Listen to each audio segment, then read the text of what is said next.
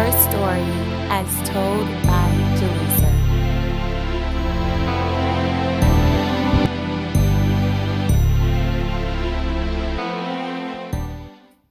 Breffu, a slave, a rebel, and a fighter who's known as the Queen of St. John, was an enslaved African who was brought to the West Indies during the slave trade back in the 1700s. Breffu would go on to lead one of the longest-lasting rebellions ever recorded in the history of the slave trade. This particular rebellion lasted almost a year, which was unheard of at that time. Breffu was of Ghanaian descent from the Akwamu tribe, where she herself was royalty. Breffu was enslaved at a plantation owned by Peter Croyer and lived in Coral Bay.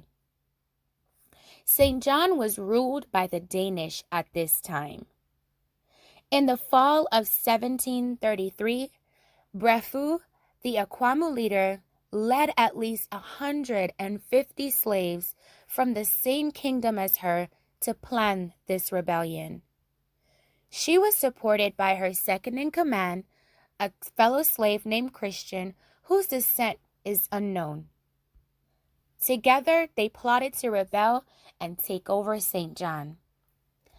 It was fairly easy for Breffu to convince the slaves to join forces with her, mainly because many of them came from royal families in Ghana just like her.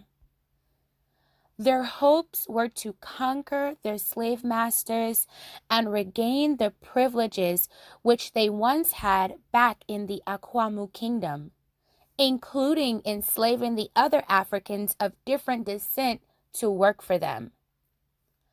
Finally, on November 23rd, 1733, the rebellion began. It began because the slaves were not very suspicious. They went about their regular duties that day and had hid their weapons in the wood which they were to deliver to Fort Fredericksburg at Coral Bay. As soon as they delivered the wood, they quickly entered the fort. They immediately killed all of the soldiers, except for one soldier who got away, and his name was John Gabriel. Gabriel escaped and alerted Danish officials. The officials did their best to hurry over, but by the time they got there, it was too late. The fort had already been taken over, and the overthrowers fired the cannon from the fort, signaling to Breffu that the takeover was successful. Victory had been won.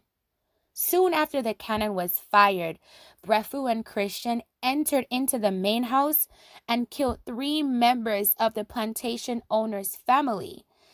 This family was called the Van Stel family and was a very prominent family at that time. She also executed her slave master, Croyer, and his wife. Some slave masters were able to get off the island on boats. However, that did not stop the Akwamu people from gaining control of most of the territory. After gaining control, Breffu and the others lived free on the island until August 1734. This is when the Danes collaborated with the French to help them reclaim St. John from the former slaves. Breffu and the others lost this battle mostly due to the sophisticated weaponry owned by the French.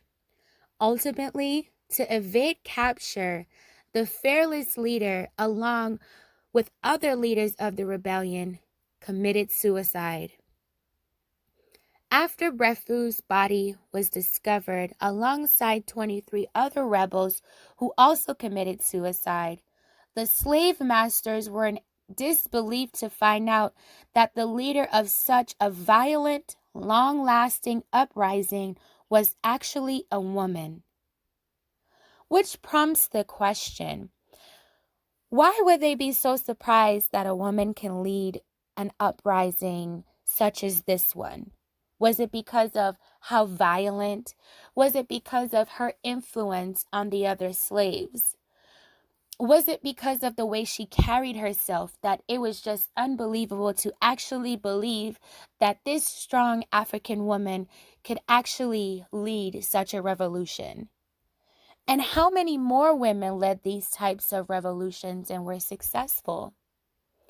Make sure you guys leave your comments below. Make sure you subscribe to this channel and tap that notification bell. That is it for this episode of Her Story as told by me, Jaleesa Latefah.